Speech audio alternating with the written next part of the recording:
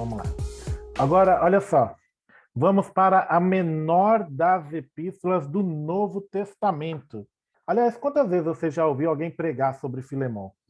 Aliás, quantas vezes você já leu alguém, já viu, né, ou já ouviu alguém falar alguma coisa sobre Filemão? Aliás, se é que a gente lembra de Filemão nas nossas Bíblias. Mas Filemão é uma carta extremamente rica em diversos conteúdos, principalmente sob o aspecto da ética. A ética de Filemão, né, da Epístola de Filemão, é impressionante. E espero tornar esse assunto e realçar esse assunto, na verdade, de uma forma que seja compreensível e visível para vocês também. Porque é uma epístola que nos ensina muito, muito do ponto de vista da ética, do comportamento, do altruísmo. Altruísmo é o contrário de egoísmo, né? Egoísmo é você pensar em si, altruísmo é você pensar nos outros. E Filemão demonstra muito isso. É uma epístola pouco citada, mas que deveria ser mais explorada, né? Deveríamos ouvir mais sobre Filemão. Tem um comentário, inclusive, de Filemão, que é um livro gigante aí, só sobre Filemão, que tem um capítulo apenas, mas que aborda questões tão relevantes para a época quanto para a nossa, a ponto de produzir esse conteúdo aí a respeito dessa epístola de Paulo a Filemão, que gira em torno de um personagem que não é Filemão, né?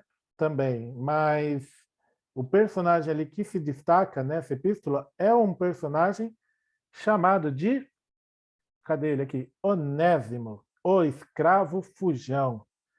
O escravo fujão, Onésimo, que sumiu do seu senhor Filemão por algum motivo que veremos aqui. Ele simplesmente debandou-se lá e a gente vai ver aqui. Muito bem.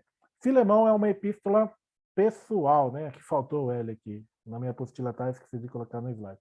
É uma epístola pessoal na qual Paulo escreve a um amigo para lhe pedir que seja paciente com o escravo fujão. Opa, volta lá. Olha o Filemão, o Onésimo querendo fugir aí também. É um escravo fujão chamado Onésimo. Essa epístola tão pessoal do Novo Testamento nos dá uma ideia, aquilo que eu estava falando para vocês, sobre a ética social do apóstolo Paulo. Em todas as suas cartas, lemos que a justificação dos ímpios, com base na graça de Deus, leva à ação que vem do amor. Então, boa parte das epístolas de Paulo, Paulo fala sobre muito isso, né? A justificação dos ímpios, a graça de Deus. E em Filemão nós vemos as atitudes, a atitude de Paulo que vem do amor. Autoria dessa epístola: apóstolo Paulo, obviamente. Filemão 1:1, Paulo, prisioneiro de Cristo Jesus. E o irmão Timóteo ao amado Filemão, também nosso colaborador. Filemão também é uma das epístolas da prisão. Paulo a escreve junto com Filipenses, Colossenses e Efésios, em algum momento quando ele esteve preso, durante as prisões de Paulo, que discutimos aí quando abordamos esse assunto. Então, quando ele esteve preso, durante uma dessas prisões, ele escreveu a epístola a Filemão, que, por sua vez, foi escrita no ano de 61, depois de Cristo. Destinatário: Filemão. Quem era Filemão? Filemão, ele é um cristão de Colossos. Lembra quando Paulo escreve para Colossenses? Ele está lá. Filemão faz parte dessa igreja aos Colossenses. E provavelmente é um dos líderes ali, é um dos responsáveis ali pela igreja de Colossenses aí. Os destinatários dessa epístola de Filemão também incluem Áfia, que provavelmente era a esposa de Filemão, e Arquipo. Então essa epístola é direcionada aí para essas pessoas, sobretudo a Filemão. Vamos lá. Contexto, né? Já vimos os aspectos mais introdutórios aqui. Filemão era um cristão abastado, ou seja, abastado, não abestado, né? Ele era um cristão abastado, ou seja, rico. Era um cristão que possuía bastante recursos financeiros, a ponto de ter escravos. Não era fácil, não era fácil, né? Fácil até era, mas não era todo mundo que tinha escravos. E Filemão tinha, porque ele tinha dinheiro para ter escravos, né? Aí você pode pensar assim, ah, mas a Bíblia apoia então a escravidão? Não, não é que a Bíblia apoia a escravidão, mas a Bíblia foi escrita durante um período de escravidão. Então vale se destacar esse contexto. Quando a Bíblia foi escrita, quando este livro foi escrito, a escravidão acontecia. E pelo contrário, Paulo, ele não se vai se revoltar contra o sistema escravagista, porque era algo que estava estabelecido pelo Império Romano. Mas Paulo vai nortear princípios bíblicos até mesmo dentro do sistema escravagista, tirando a, como é que pode dizer assim, tirando aliviando, né, melhor dizendo, ou minimizando um pouco a relação entre escravo e senhor. Lembre-se que na Epístola de Tito, que a gente leu, tinha orientações também com relação aos escravos. E temos outras epístolas, de Paulo, inclusive, que falam a respeito dos escravos. Os escravos devem obedecer em tudo aos seus senhores. Então, todas essas informações nos demonstram só a respeito desse sistema, que, diga-se de passagem, não é nada tão antigo assim, né?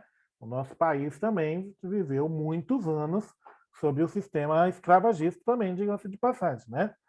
Depois da Lei Áurea que essa situação mudou. Então, a gente também viveu, a gente está falando aí de mais de 1.500 anos que o mundo viveu dentro dessa realidade. Então, em termos de história, essa liberdade do sistema escravagista é um período muito curto de tempo, né? Então, isso daí perdurou durante muitos e muitos anos aí. Muito bem. Então, Filemão era um cristão abastado aqui, rico, que conheceu a Jesus Cristo por meio do apóstolo Paulo. E a igreja se reunia na sua casa. De acordo com Colossenses 4:9, Filemão morava em Colossos. Ele era um cidadão bem-sucedido, uma pessoa, né, que tinha lá, não sabemos exatamente o que, mas uma pessoa bem-sucedida durante o momento ali que ele viveu e que conheceu o apóstolo Paulo em Éfeso. E quando a igreja de Colossos foi fundada por Epáfras, lembre-se que o fundador da igreja de Colossos não foi Paulo, foi Epáfras, a gente viu isso em Colossenses na aula passada. Filemão se tornou o líder de uma igreja na sua casa. Filemão 1:2. Quem lê para mim?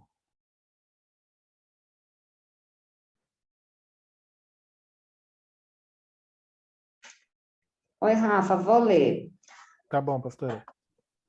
Filemão 1:2. A igreja que se reúne em sua casa, a irmã Áfia e Arquipo, nosso companheiro de lutas.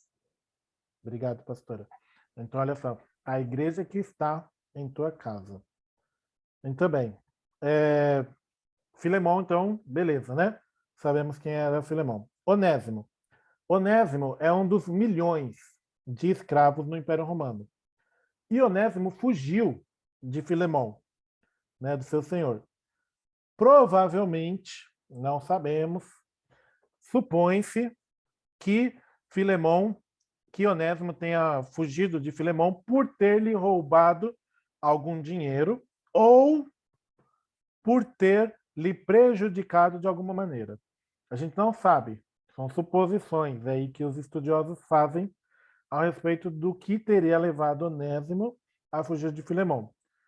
Provavelmente a sua atitude lhe causou algum dano para o seu senhor Filemão, e com medo do seu senhor ele fugiu. Basicamente é isso que tem sido apresentado, embora a gente não sabe o que aconteceu. O fato é que Onésimo fugiu e chegou à cidade de Roma, quando conheceu o apóstolo Paulo. E o apóstolo Paulo, que já tinha evangelizado Filemão, agora evangelizou quem? Onésimo também. Olha só, deixa eu só pegar a referência aqui. Filemão, né, no único capítulo que tem, deixa que eu leia esse versículo aqui. Ó. Versículo 10, Filemão 1:10. Acompanhem comigo aí. Ó. solicito em favor de meu filho Onésimo, que gerei entre algemas. Obviamente, ali, a linguagem figurada, né? Onésimo não era filho de Paulo, no sentido biológico, mas era um filho da fé que foi gerado durante o período que ele esteve algemado, ou seja, durante o período que ele esteve preso. Então, essa é a situação ali. Então, Onésimo foge, encontra-se com Paulo, Paulo evangeliza e Onésimo é convertido ali. Agora, qual é a questão? A questão é essa aqui, ó. Os escravos, eles não possuíam amparo legal. E um fugitivo poderia ser punido com extrema severidade. Então, simplesmente pelo fato de Onésimo ter fugido de Filemão, ele poderia ser marcado no rosto, acorrentado, forçado a usar um colar de ferro ou condenado à invalidez depois de ter as pernas quebradas. Olha que legal a situação de Onésimo. O escravo podia ainda ser vendido para trabalhar nas minas ou ser sentenciado à morte. Então, Onésimo estava numa enrascada. Se ele volta, ele ia sofrer muito, né? Porque essa era a lei da época. O escravo, como foi durante muitos e muitos anos, não só aqui, diga-se de passagem, mas durante toda a história do mundo, onde a escravidão imperou, o escravo é uma mercadoria. Você faz com a sua mercadoria o que você quer. Simples assim. Não importa se é uma pessoa. Essa é a mentalidade da escravidão. Então, se Onésimo voltasse, Filemão tinha todo o amparo, mesmo sendo cristão, todo o amparo legal da legislação para fazer com Onésimo o que ele bem entendesse. Simplesmente assim. E Paulo, ele se preocupa muito com relação a isso daí, né? Ele se preocupa em como isso daí deveria acontecer. Então, olha a ética de Paulo. O que você faria, né? Seria interessante, porque você acobertaria Onésimo, você teria Onésimo dentro ali e falar, não, Onésimo, não volta lá. Você estaria, de alguma forma, lesando Filemão, porque ele era uma mercadoria, né? Ele era uma propriedade de Filemão. Então, se você, por um acaso, fosse o apóstolo Paulo e dissesse assim, Onésimo, não volta, de alguma forma, Filemão estaria sendo lesado. Se você falasse assim para Onésimo, volta, Onésimo poderia perder a vida. Então, o que ele faz? Uma vez que agora Onésimo se converteu e Filemão também é convertido, ele apela para Filemão para que Filemão receba Onésimo e se Onésimo tem alguma dívida com Filemão, o próprio apóstolo Paulo iria pagar.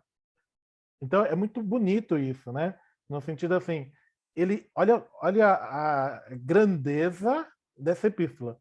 O apóstolo Paulo não está preocupado apenas em pregar o evangelho.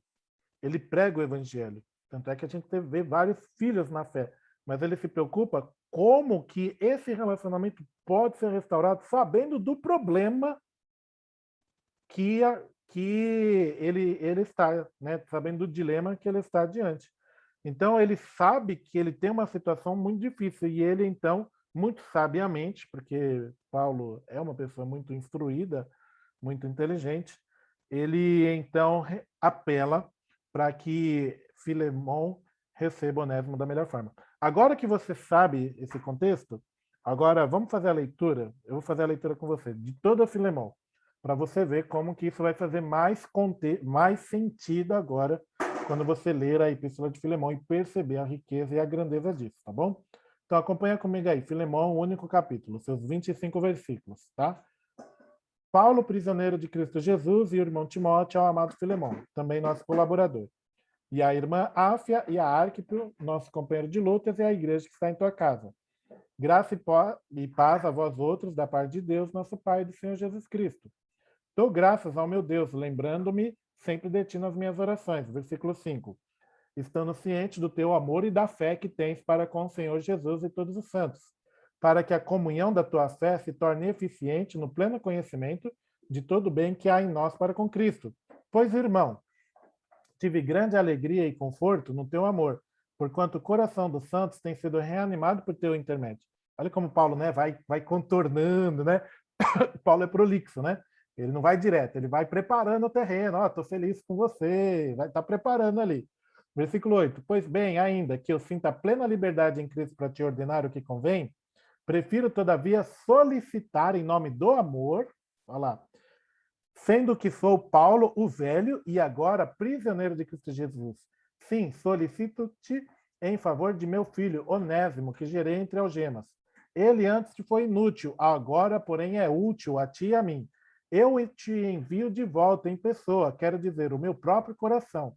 Eu queria conservá-lo comigo, mesmo para, em teu lugar, me servir nas algemas que carregam por causa do evangelho. Então, olha só, Onésimo era útil para Paulo, mas mesmo assim, Paulo abre mão disso para que um relacionamento seja restaurado. Ó. Nada, porém, quis fazer sem o teu consentimento, para que a tua bondade não venha a ser como que por obrigação, mas de livre vontade. Pois acredito que ele veio a ser afastado de ti temporariamente, a fim de que o recebas para sempre. Não como escravo, antes muito acima de escravo, como um irmão. Não recebe Onésimo como um escravo, recebe como um irmão, especialmente de mim, com maior razão de ti, quer na carne, quer no Senhor. Se, portanto, me consideras companheiro, ó Paulo apelando, né? Se você me considera como alguma coisa, recebe-o como se fosse a mim mesmo. E aí o versículo 18 que eu falei para vocês. Se ele te causou algum dano, ou se ele te deve alguma coisa, eu mesmo vou te pagar. Versículo 20. Sim, irmão, que eu receba de ti no Senhor este benefício. Reanima, olha como Paulo apela, me reanima o coração, me deixa feliz um pouco, que eu sou prisioneiro. Me dá uma notícia feliz que você vai receber. Certo como estou da tua obediência, eu te escrevo, sabendo que fará mais do que estou pedindo. E ao mesmo tempo prepara-me também pousada, pois espero que por vossas orações eu serei restituído. Aí depois no final, né? Saúde de Epáfras, blá blá blá. Então, viu a riqueza dessa carta, né? O quanto que Paulo ele se preocupa com o Onésimo a ponto de destacar-se nesses temas que são realçados lá em Filemão. Perdão.